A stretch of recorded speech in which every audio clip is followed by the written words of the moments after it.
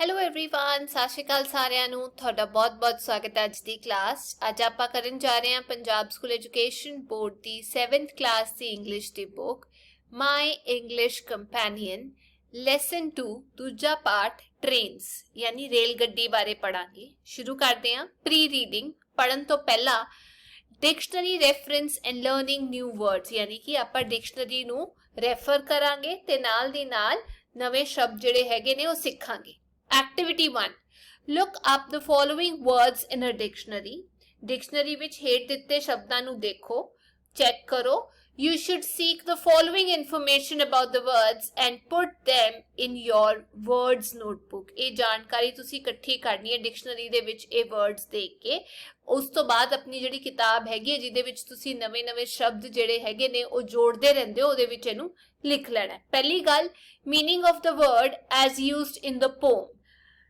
ਕਵਿਤਾ ਦੇ ਵਿੱਚ ਇਹ ਸ਼ਬਦ ਜਿਹੜੇ ਹੈਗੇ ਨੇ ਇਹਨਾਂ ਨੂੰ ਕਿਸ ਤਰੀਕੇ ਨਾਲ ਵਰਤਿਆ ਗਿਆ, ਕਵਿਤਾ ਦੇ ਵਿੱਚ ਇਹਦਾ ਕੀ ਮਤਲਬ ਹੈਗਾ।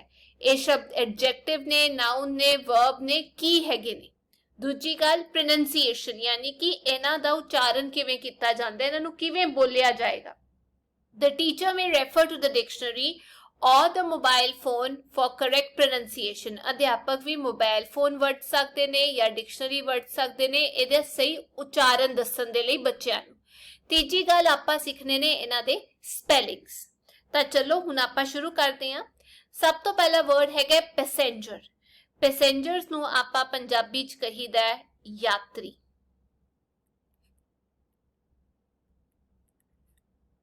ਯਾਤਰੀ, ਠੀਕ ਹੈ। ਵੈਸੇ ਪੈਸੇਂਜਰ ਹੈ ਕਿ ਇੱਥੇ ਮੈਂ ਲਿਖਤਾ ਨਾਉਨ, ਇਹ ਇੱਕ ਨਾਉਨ ਦੇ ਤਰੀਕੇ ਦੇ ਨਾਲ ਵਰਤਿਆ ਜਾਂਦਾ ਹੈ, ਠੀਕ ਹੈ। ਅਗਲਾ ਸ਼ਬਦ ਹੈਗਾ ਸਾਡੇ ਕੋਲ ਪ੍ਰੈਸ਼ੀਅਸ, ਜਿਹਨੂੰ ਆਪਾਂ ਪੰਜਾਬੀ ਚ ਕਹੀਦਾ ਕੀਮਤੀ। ਹੁਣ ਇਹ ਕੀ ਹੈਗਾ, ਇਹ ਹੈਗਾ AD ਲਿਖਤਾ, ਇਹਦਾ ਮਤਲਬ ਇਹ ਇੱਕ ਐਡਜੈਕਟਿਵ ਹੈਗਾ। ਅੱਗੇ ਆਪਾਂ ਪੜਾਂਗੇ ਵੀ ਐਡਜੈਕਟਿਵਸ ਕੀ ਹੁੰਦੇ ਨੇ। ਅਗਲਾ ਵਰਡ ਹੈਗਾ ਮੇਲ। ਮੇਲ ਇਹਦੇ ਵਿੱਚ ਉਹ ਮੇਲ ਜਿਹੜਾ ਆਦਮੀ ਹੁੰਦਾ ਉਹਦੇ ਸਪੈਲਿੰਗ ਹੁੰਦੇ ਨੇ MALE। ਇਸ ਮੇਲ ਦਾ ਮਤਲਬ ਹੁੰਦਾ ਚਿੱਠੀਆਂ ਭੇਜਣਾ, ਰਿਸੀਵ ਕਰਨਾ, ਤੇ ਇਹ ਇੱਕ ਨਾਉਨ ਹੈਗਾ। ਚਿੱਠੀ ਨੂੰ ਆਪਾਂ ਅਕਸਰ ਮੇਲ ਕਹੀਦਾ, ਉਹਦੇ ਸਪੈਲਿੰਗ A ਹੁੰਦੇ ਨੇ। ਫਲਾਈਟ ਦਾ ਮਤਲਬ ਹੁੰਦਾ ਹੈ ਜਿਹੜਾ ਸਮਾਨ ਇੱਕ ਥਾਂ ਤੋਂ ਦੂਜੀ ਥਾਂ ਲੈ ਕੇ ਜਾਇਆ ਜਾਂਦਾ ਹੈ, ਬੇਸ਼ੱਕ ਉਹ ਸ਼ਿਪ ਰਾਹੀਂ ਲੈ ਕੇ ਜਾਇਆ ਜਾ ਰਿਹਾ ਹੋਵੇ ਜਾਂ ਟ੍ਰੇਨਸ ਰਾਹੀਂ ਉਹਨੂੰ।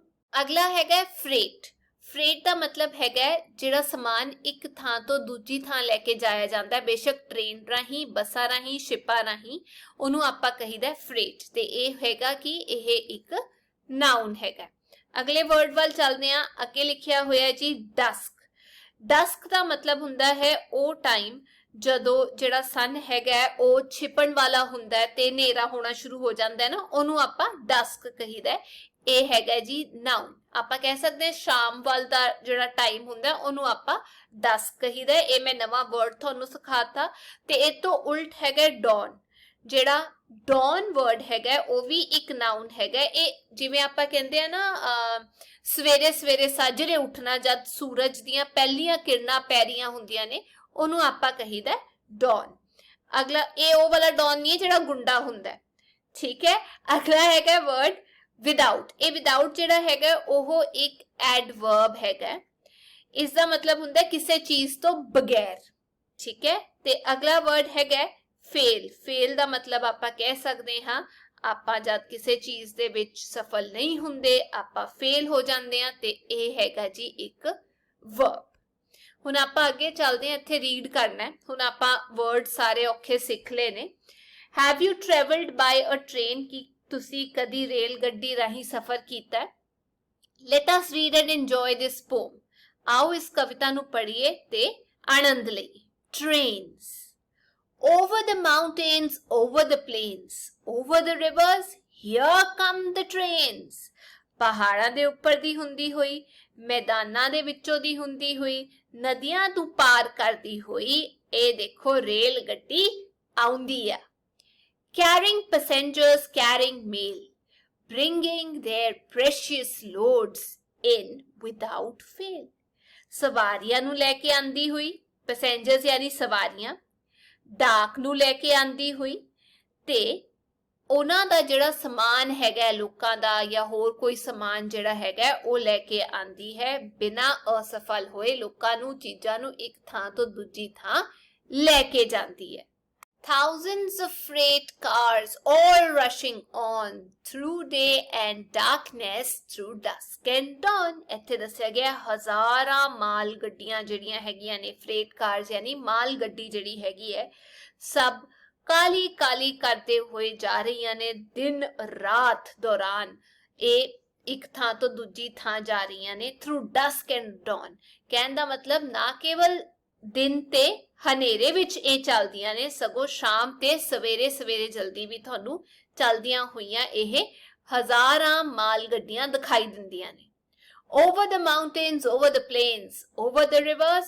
here come the trains ਪਹਾੜਾਂ ਦੇ ਉੱਪਰ ਦੀ ਮੈਦਾਨੀ ਇਲਾਕਿਆਂ ਉੱਤੋਂ ਦੀ ਨਦੀਆਂ ਨੂੰ ਪਾਰ ਕਰਦੀ ਹੋਈ ਆ ਦੇਖੋ ਰੇਲ ਗੱਡੀ ਆਉਂਦੀ ਹੈ ਇਹ ਪੋਇਮ ਕਿਹਨੇ ਲਿਖੀ ਹੈਗੀ ਹੈ ਜੇਮਸ ਐਸ ਟਿਪਟ ਅੱਗੇ ਚੱਲਦੇ ਹਾਂ ਪੋਸਟ ਰੀਡਿੰਗ ਪੜਨ ਤੋਂ ਬਾਅਦ ਵੋਕੈਬੂਲਰੀ ਐਕਸਪੈਂਸ਼ਨ ਕਹਿਣ ਦਾ ਮਤਲਬ ਇਹ ਹੈਗਾ ਨਵੇਂ ਜਿਹੜੇ ਸ਼ਬਦ ਹੈਗੇ ਆ ਉਹ ਆਪਾਂ ਹੁਣ ਸਿੱਖਾਂਗੇ Trains are a very important means of land transport in India. Rail ਗੱਡੀਆਂ ਭਾਰਤ ਵਿੱਚ ਜ਼ਮੀਨੀ ਆਵਾਜਾਈ ਦਾ ਇੱਕ ਬਹੁਤ ਮਹੱਤਵਪੂਰਨ ਸਾਧਨ ਹੈਗੀਆਂ ਨੇ India has a large network of trains ਤੇ ਭਾਰਤ ਦੇ ਵਿੱਚ ਇੱਕ ਵੱਡਾ ਰੇਲ ਗੱਡੀ ਦਾ ਨੈਟਵਰਕ ਵੀ ਹੈਗਾ ਯਾਨੀ ਹਰ ਥਾਂ ਤੇ ਰੇਲ ਗੱਡੀਆਂ ਜਿਹੜੀਆਂ ਹੈ ਉਹ ਆਂਦੀਆਂ ਜਾਂਦੀਆਂ ਰਹਿੰਦੀਆਂ ਨੇ Activity 2 given below are some more means of transport ਇੱਥੇ ਹੋਰ ਆਵਾਜਾਈ ਦੇ ਸਾਧਨ ਦਿੱਤੇ ਗਏ ਨੇ Put them under the right box ਇਹਨਾਂ ਨੂੰ ਸਹੀ ਖਾਨੇ ਦੇ ਵਿੱਚ ਆਪਾਂ ਪਾਣਾ ਹੈ ਵੀ ਲੈਂਡ ਦੇ ਵਿੱਚ ਕਿਹੜੇ ਵਰਤੇ ਜਾਂਦੇ ਨੇ ਸਕਾਈ ਵਿੱਚ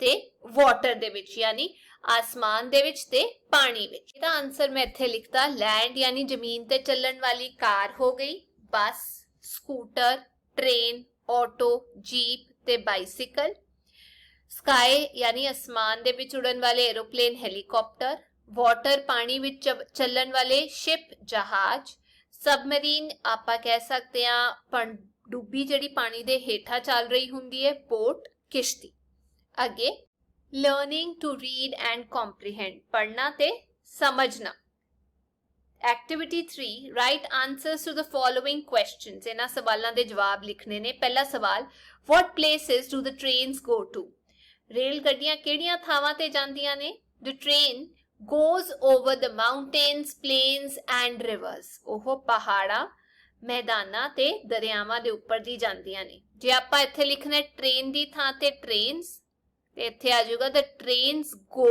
over ਠੀਕ ਹੈ ਟ੍ਰੇਨ ਦੇ ਨਾਲ goes trains ਦੇ ਨਾਲ go second what do they carry ਉਹ ਕੀ ਲੈ ਕੇ ਜਾਂਦੀਆਂ ਨੇ the train carries passengers and the mail ਜਿਹੜੀ ਰੇਲ ਗੱਡੀ ਹੈ ਯਾਤਰੀਆਂ ਨੂੰ ਲੈ ਕੇ ਜਾਂਦੀ ਹੈ ਤੇ ਡਾਕਾਂ ਨੂੰ ਲੈ ਕੇ ਜਾਂਦੀ ਹੈ ਯਾਨੀ ਚਿੱਠੀਆਂ ਨੂੰ third why does the poet call passengers and mail as precious loads ਜਿਹੜੇ ਕਵੀ ਨੇ ਉਹ ਯਾਤਰੀਆਂ ਨੂੰ ਤੇ ਡਾਕ ਨੂੰ ਕੀਮਤੀ ਬੋਝ ਜਾਂ ਕੀਮਤੀ ਸਮਾਨ ਕਿਉਂ ਕਹਿੰਦੇ ਨੇ by virtue of their importance ਉਹਨਾਂ ਦੀ ਮਹੱਤਵਪੂਰਨਤਾ ਕਰਕੇ and the services they provided the poet calls the passengers and mail as precious loads ਕਿਉਂਕਿ ਉਹਨਾਂ ਦੀ ਮਹੱਤਵਪੂਰਨਤਾ ਇੰਨੀ ਹੈਗੀ ਹੈ ਤੇ ਉਹਨਾਂ ਦੁਆਰਾ ਪ੍ਰਦਾਨ ਕੀਤੀਆਂ ਜਿਹੜੀਆਂ ਸੇਵਾਵਾਂ ਹਨ ਉਸ ਕਰਕੇ ਇਹਨਾਂ ਨੂੰ ਕਿਹਾ ਜਾਂਦਾ ਹੈਗਾ ਕੀਮਤੀ ਲੋਡ ਦਾ ਮਤਲਬ ਬੋਝ fourth at what time do the trains run ਕਿਹੜੇ ਸਮੇਂ ਤੇ ਟ੍ਰੇਨਾਂ ਜਿਹੜੀਆਂ ਹੈਗੀਆਂ ਨੇ ਉਹ ਚੱਲਦੀਆਂ ਨੇ The train runs through day, darkness, dust and dawn.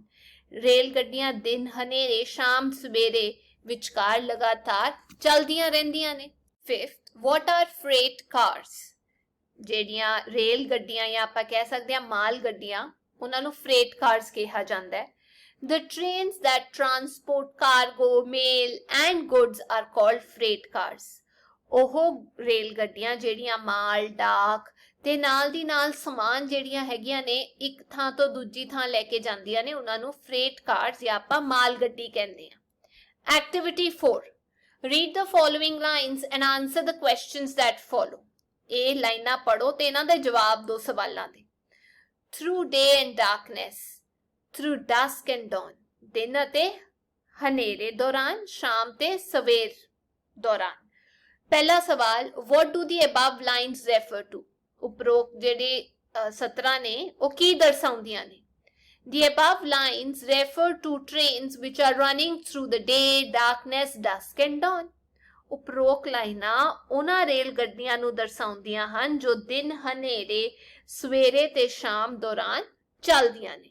ਦੂਜਾ ਸਵਾਲ, what do the day and darkness and dusk and dawn in the poem tell the readers? ਇਹ ਜਿਹੜਾ ਸਮਾਂ ਹੈਗਾ ਕਵਿਤਾ ਦੇ ਵਿੱਚ ਜਿਹੜਾ ਦੱਸਿਆ ਗਿਆ ਹੈ ਦਿਨ ਰਾਤ ਸਵੇਰ ਸ਼ਾਮ, ਇਹ ਕੀ ਦਰਸਾਉਂਦਾ ਹੈ ਜਿਹੜੇ ਲੋਕ ਪੜ੍ਹ ਰਹੇ ਨੇ ਕਵਿਤਾ ਨੂੰ।